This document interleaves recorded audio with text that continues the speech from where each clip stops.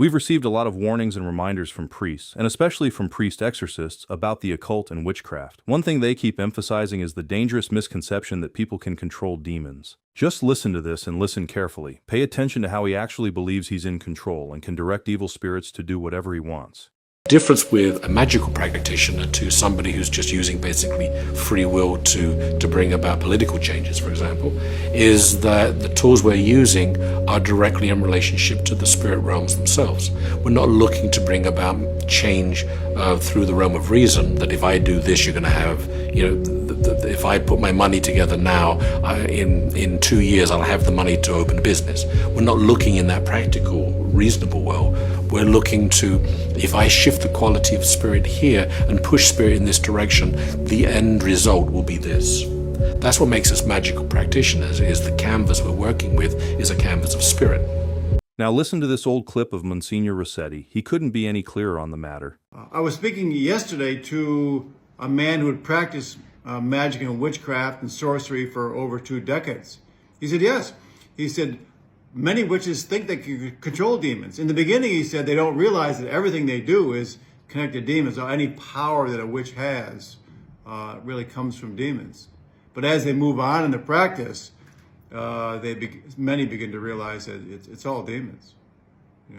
And then he said, the fear is that you're going to get what he's called being bit. You enlist the help of demons, and they come back and bite you. So they try to do all sorts of incantations and protection, binding prayers, whatever, trying to protect themselves from being bit. But in fact, it doesn't work. And as you go farther and farther down the dark path, they take everything from you and give you nothing. And it is horrible, really. And they don't even see it. He said they don't see their path is leading to destruction. But he said when he turned to Jesus, he said, Jesus doesn't exact anything from you. And he gives you everything. Gives you love, gives you joy, gives you peace.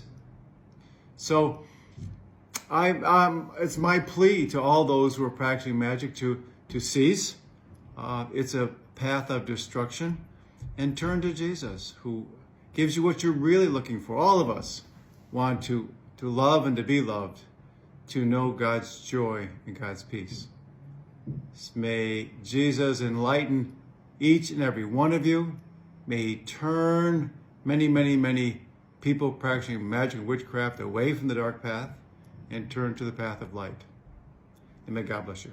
And when I listen to these people, even though they're clearly misinformed, misled, and deceived by the evil one, I can also sense a deep wound, some kind of past trauma. Take this for example. Making a deal with a demon is the best pain you will ever feel. And yes, demons are going to cause you pain. When you make a pact with a demon, they are going to make your life very painful, and I'm not going to lie to you about that. But this is the best pain you will ever feel. This is the pain you need to actually accomplish something in life. Now let me fully explain everything so you guys can really understand why. When I was young, growing up in Arizona, we lived at 19th Street in Van Buren. It's a very rough neighborhood. I was raised by gangs, bikers, everything you can think of. And throughout my entire childhood, I only saw loss. I saw everybody losing 24/7.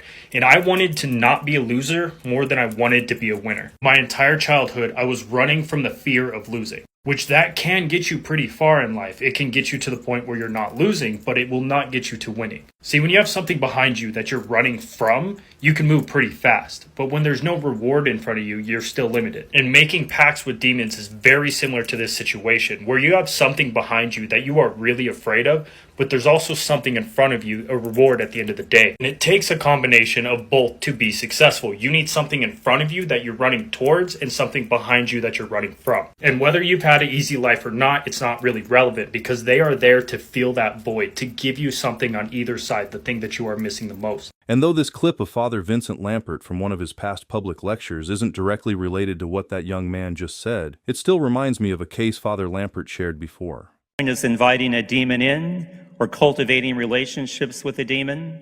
There was an elderly man in Indianapolis who had no faith background whatsoever.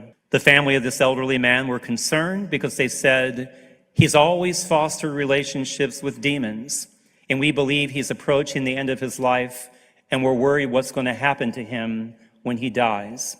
So I went to talk to this man, and he told me, he said, I know my family is concerned about me, but they need not be. He said, when I die, it's my desire to spend eternity in hell with Satan and these demons that have become my friends. He goes, those are the ones I want to spend eternity with. He says this, and the family looks at me and goes, what do we do? I said, we continue to pray that he has a change of heart. Exorcism prayers cannot be prayed over anyone against their will. And with all these sins that we see around us today, I think just before we get to the end of this video, it's useful to reshare this clip of Father Iannuzzi with all of you again, and that's going to be on the role of victim souls. And this is how chastisements are averted on earth. Just as Hannibal said, God receives so many offenses from souls that he feels driven to chastise them, and it is here that he gives us the occasion to practice patience. Why? So that in our practicing patience, we avert these chastisements.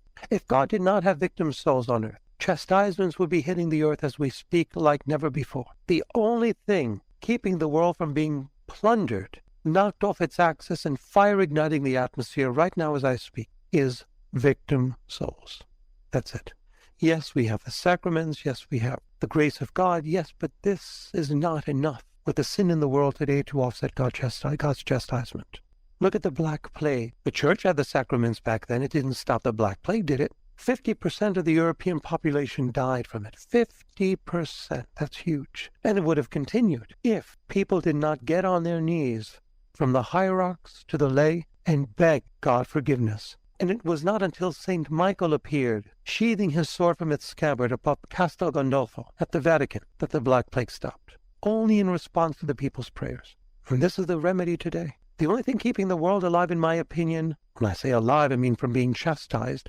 And by the way, the earth today cannot be chastised enough. It cannot. I cannot conceive in my small mind a chastisement that we deserve. Because the worst chastisement I can conceive is not even enough for what we deserve. My mind doesn't conceive that much. But when I start to read the writings of approved prophetic revelations of what's going to happen, I start to understand a little bit of what we deserve and what will happen. And that includes fire falling from the sky and coming out of the bowels of the earth being knocked off its axis with us on it, that nations will be inundated in their entirety. This is in the revelation of Fatima. Many nations will be destroyed, annihilated completely. Talk about all coastal areas being completely submerged, volcanoes consuming entire nations, and the list goes on. Plagues, pestilence. Yeah, it's pretty much like a nightmare that you never wake up from, right? But thanks be to God, we do wake up from it, because God will not destroy the earth. The earth is infinite. Thomas Aquinas reveals as much in his work entitled The Power of God. The elements of the earth will be infinite. They will endure for all eternity. I don't say they're eternal because they have a beginning. Therefore, they're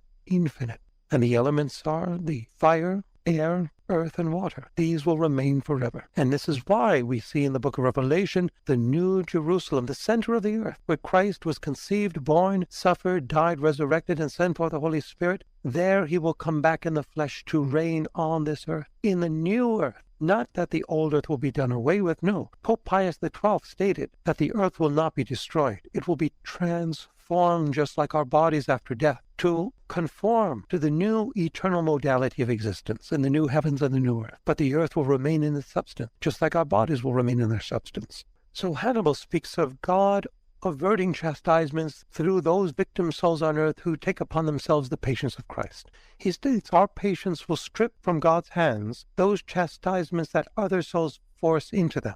After all, it is within us that he exercises his own divine patience. And this applies to all the virtues. So you see, you can be a victim soul and avert chastisement from the earth like Padre Pio did by not allowing yourself to be disturbed when people treat you with frigidity, coldness, aggression, injustice. But see that these affronts are not directed toward you, but to Christ in you. And when you exercise his divine patience of him abiding in you, he relents from chastising the earth and those people who cause chastisement to strike the earth. As always, I truly appreciate every one of you watching the videos, and thank you so much for taking the time to be here with us. I'm sorry if I can't reply to every comment you've written, but I will keep on trying to reply to as many as I can. And I hope all of you have learned a lot from this video. If there's any suggestion or feedback, please don't hesitate to let me know in the comments below. And from the bottom of my heart, thank you so much for your continuous support, contribution, and prayer. Okay, so the question about Faustina and her stating that one of the shocking things she acknowledged when she was taken to hell and having witnessed 7 tortures is that nobody there believed, sorry, let me rephrase that. That what shocked her the most is that most that were there did not believe that hell existed. Now, how is this possible? Again, we go back to upright intention and bad intention. If a person sins not knowing it's a sin, the sin is either mitigated or inculpable. There's no culpability attached to it. It depends on the sin. Joseph Ratzinger, Pope Benedict XVI, before he was coronated pontiff, wrote about abortion, and it said that a person who commits abortion commits a grave sin if their intention is improperly formed. They were never taught that this is a human being. They think it's just a mass of tissue, and they commit the abortion. They still sin, but it's mitigated because of their ignorance. All right, but the sin remains in this case because it's a grave sin. If it's a venial sin, the culpability may not exist depending upon the level of ignorance.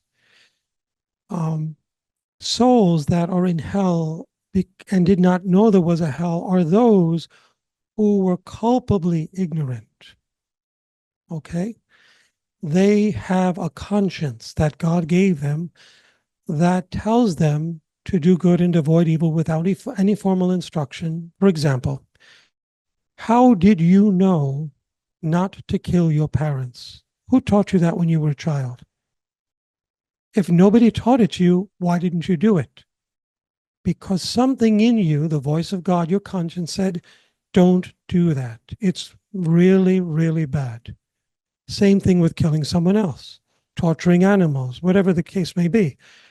There are certain things we don't do. And in the measure we violate that conscience within us without any formal education, we sin. So Jesus tells Catherine of Siena, in that same work, The Dialogue of Divine Providence, that in the Old Testament, from the time Adam and Eve were expelled from Eden till the time Christ opened up Abraham's bosom, where the just were awaiting the Messiah, souls were going to hell. He even tells her they went to hell between the time of Adam's expulsion and the giving of the law through Moses. 2,000 years had passed with no written law.